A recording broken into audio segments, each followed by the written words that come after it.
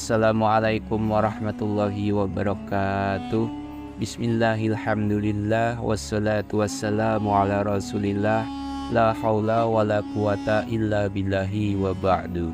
Saudaraku seiman yang dimuliakan Allah subhanahu wa ta'ala, di zaman Nabi Shallallahu alaihi wasallam diceritakan bahwa ada seorang yang bernama Sa'labah bin Abdurrahman. Ia adalah salah satu sahabat yang juga merupakan pembantu Nabi Shallallahu alaihi wasallam. Kisah ini diceritakan dalam sebuah kitab Ma'rifat As-Sahabat karya Abu Nuwaim Al-As-Sabani. Suatu hari Rasulullah Shallallahu alaihi wasallam mengutusnya untuk suatu keperluan.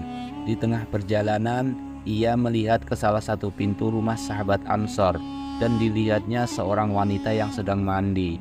Seketika ia langsung menghindar, namun karena dirinya tidak tahan dengan bujukan rayu setan, akhirnya ia pun mengintip berulang-ulang. Setelah matanya puas dengan pemandangan itu, tidak berselang lama Sa'labah menyesal dan takut setengah mati. Dalam hatinya berkata, bagaimana nanti jika ada wahyu yang turun kepada Rasulullah kemudian menceritakan kelakuannya itu, betapa malunya diriku. Ia pun memutuskan untuk pergi dan tak akan kembali ke Madinah. Ia melarikan diri ke lembah gunung di antara Mekah dan Madinah, meninggalkan Rasulullah Shallallahu alaihi wasallam. Selama 40 hari Nabi kehilangan Sa'labah. Kemudian datanglah malaikat Jibril kepada Nabi dan berkata, "Wahai Muhammad, Allah subhanahu wa ta'ala telah berkirim salam kepadamu, dan Allah subhanahu wa ta'ala berfirman, sesungguhnya salah satu umatmu telah melarikan diri dan sekarang berada di antara gunung ini dan itu. Dia selalu memohon perlindungan padaku dari neraka." Nabi kemudian mengutus Umar bin Al-Khattab dan Salman Al-Farisi radhiyallahu anhu untuk menyusuri bukit dan gunung-gunung Madinah. Di perjalanan keduanya bertemu pengembala yang bernama Jufafa dan bertanya, "Apakah kamu melihat seorang pemuda di antara gunung ini dan itu?" Jufafa menjawab, "Apakah orang yang berlari dari neraka jahanam itu?" Umar pun gantian bertanya, "Bagaimana engkau tahu kalau dia lari dari neraka jahanam?"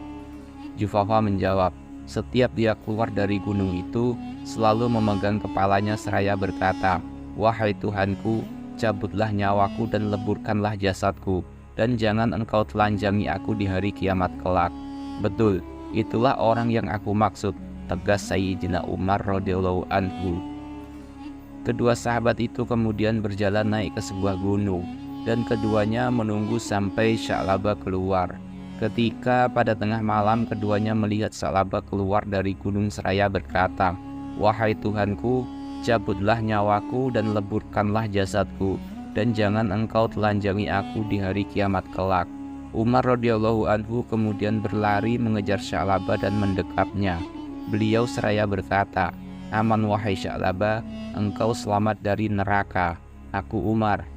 Sa'labah kemudian bertanya, "Wahai Umar, tahukah Rasulullah akan dosaku?" "Aku tidak mengerti, namun Nabi kemarin menyebut-nyebut namamu. Kemudian beliau menangis dan mengutus aku dan Salman untuk mencarimu," jawab Umar. "Wahai Umar, jangan pertemukan aku dengan Rasulullah kecuali beliau sedang sholat atau Bilal sedang iqomah," kata Sa'labah.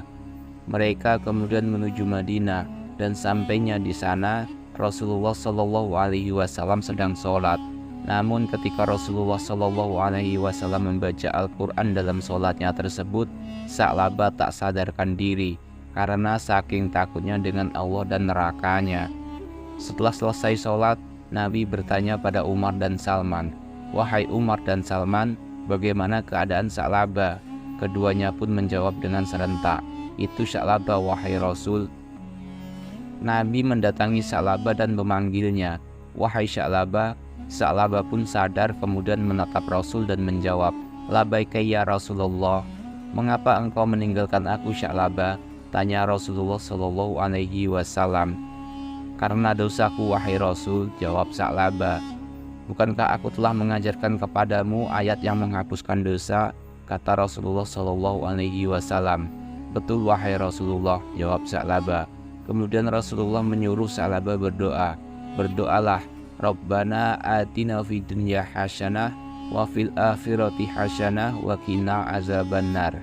Tapi dosaku amat besar wahai Rasul, sergat Sa'labah. Ayat Allah lebih besar Sa'labah, tegas Nabi. Kemudian Rasulullah menyuruhnya pulang. Akan tetapi sampai di rumah Sa'labah jatuh sakit. 8 hari kemudian Salman bercerita kepada Rasulullah SAW tentang sakitnya Sa'labah. Mendapat kabar dari Salman, Rasulullah seketika itu mengajak Salman menjenguknya. Sesampainya di rumah Sa'labah, beliau memangku kepala Sa'labah. Namun ketika dia tahu diturunkannya kepalanya dari pangkuan Rasulullah, Nabi pun bertanya, "Mengapa engkau turunkan kepalamu dari pangkuanku?" "Karena kepalaku penuh dengan dosa, wahai Rasulullah," jawab Sa'labah. "Apa yang kau rasakan, wahai Sa'labah?" "Seluruh kulit dan tulangku seakan-akan dikerumuti semut, wahai Rasulullah," jawab Sa'labah. "Apa yang kau inginkan, wahai Sa'labah?" Sa'labah dengan cepat menjawab, "Ampunan Tuhanku." Kemudian datanglah Jibril pada Rasulullah SAW dan berkata, "Wahai Muhammad, Allah telah mengirimkan untukmu salam, dan Allah berfirman, andai hambaku ini datang kepadaku dengan dosa sebesar bumi, niscaya akan aku datangkan pengampunanku sebesar itu pula." "Bolehkah aku beritahu kabar ini pada Sa'labah, wahai Jibril?" tanya Nabi. "Silahkan," jawab Jibril. Ketika kabar itu diberitahukan oleh Nabi, maka seketika Sa'labah menjerit gembira sampai ia meninggal dunia. Rasulullah SAW kemudian memerintahkan para sahabat untuk memandikan dan mengkafani mayat Sa'labah. Kemudian Rasul dan para sahabatnya mensolatinya. Namun beliau selalu berjalan dengan jemari kakinya atau jinjit. Sahabat pun bertanya tentang jalannya beliau dan beliau menjawab, "Aku tidak dapat berjalan menapak karena banyaknya sayap-sayap malaikat yang mensolati dan mengiringkan jenazah Sa'labah. Sungguh akhir yang sangat mulia." Hikmah dari kisah ini adalah Allah Maha Pengampun. Seluas-luasnya pengampunan Allah untuk hambanya yang benar-benar bertaubat atas segala dosanya. Sebesar apapun dosa seorang hamba, jika ia benar-benar bertaubat dan benar-benar menyesali atas dosanya, maka ampunan Allah akan datang kepadanya. Wallahu a'lam bishawab. Jika saya ada salah dalam penyampaian ini, saya mohon maaf yang sebesar-besarnya, karena sesungguhnya kebenaran itu hanya milik Allah Subhanahu wa Ta'ala, dan kesalahan itu milik saya sebagai manusia biasa. Saya akhiri, subhanaka Allahumma wa bihamdika, asyhadu an la ilaha illa anta, astaghfiruka wa atubu ilaik. Wassalamualaikum warahmatullahi wabarakatuh.